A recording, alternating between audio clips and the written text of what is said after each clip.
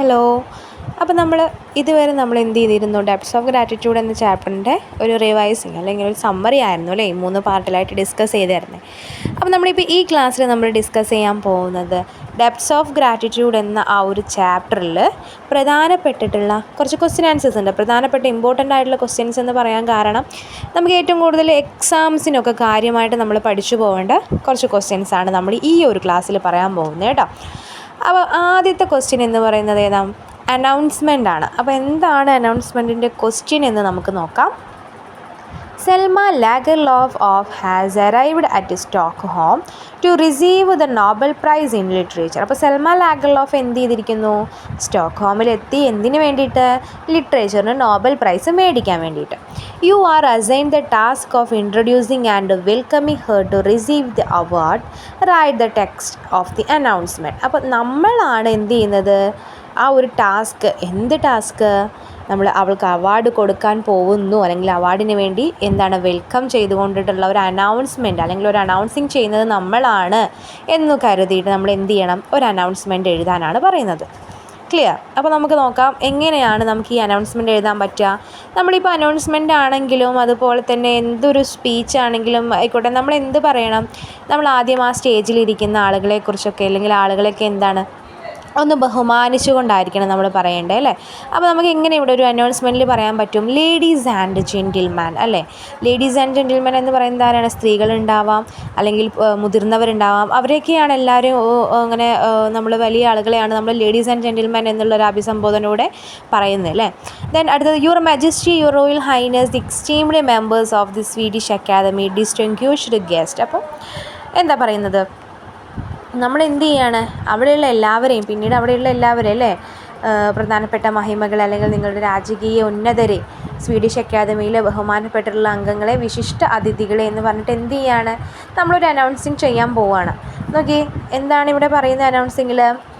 It is my great honour to introduce Selma Lagerlof, A literary genius whose enchanting stories have touched heart world wide അല്ലേ. അപ്പോൾ എന്താണ്?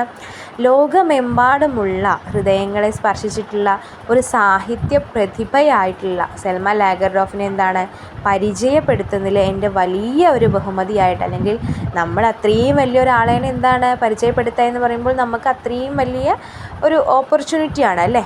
അപ്പോൾ അതവിടെ പറയുന്നത് ഒരു ബഹുമതിയാണ് എന്നാണ് പറയുന്നത്. then അടുത്ത സെൻറ്റൻസ് നോക്കിയേ. Born in A small Swedish village.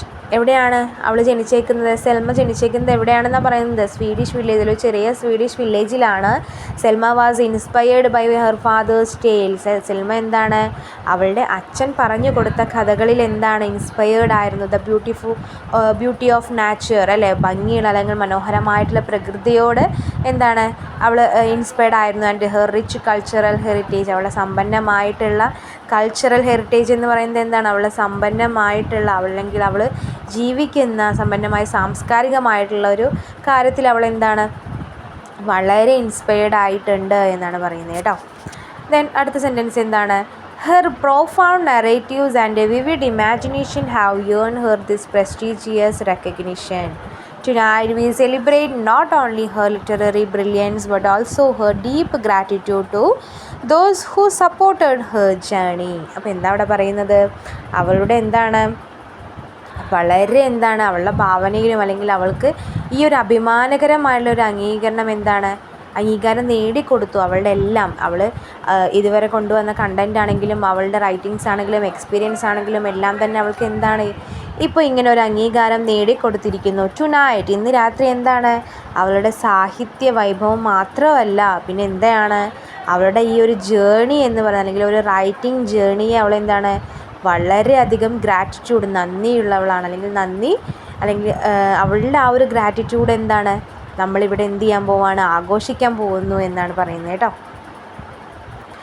And Selma Lagerlof's work reminds us of the magic in storytelling and the importance of humility. അപ്പോൾ എന്താ അവിടെ പറയുന്നത്?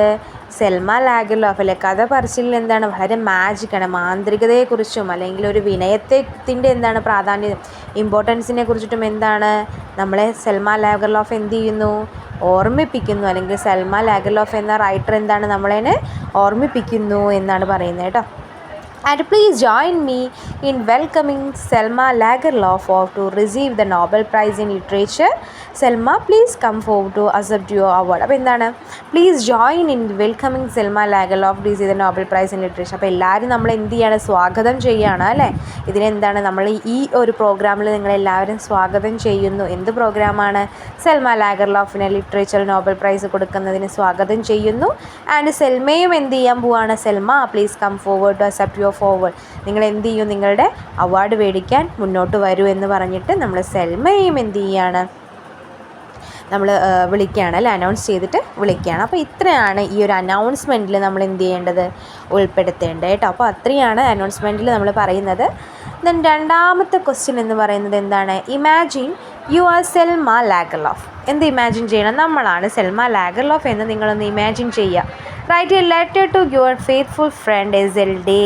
അപ്പോൾ എന്താണ്, നിങ്ങളുടെ ഫെയ്ത്ത്ഫുൾ, അത്രയും എന്താണ്, നിങ്ങൾക്ക് വേണ്ടപ്പെട്ടുള്ള ഫ്രണ്ടാണ് എസെൽഡേ അല്ലേ, അവൾക്ക് വേണ്ടപ്പെട്ട ഫ്രണ്ടാണ് സെൽമയ്ക്ക്. Who played A crucial role in your literary journey by opening doors when no one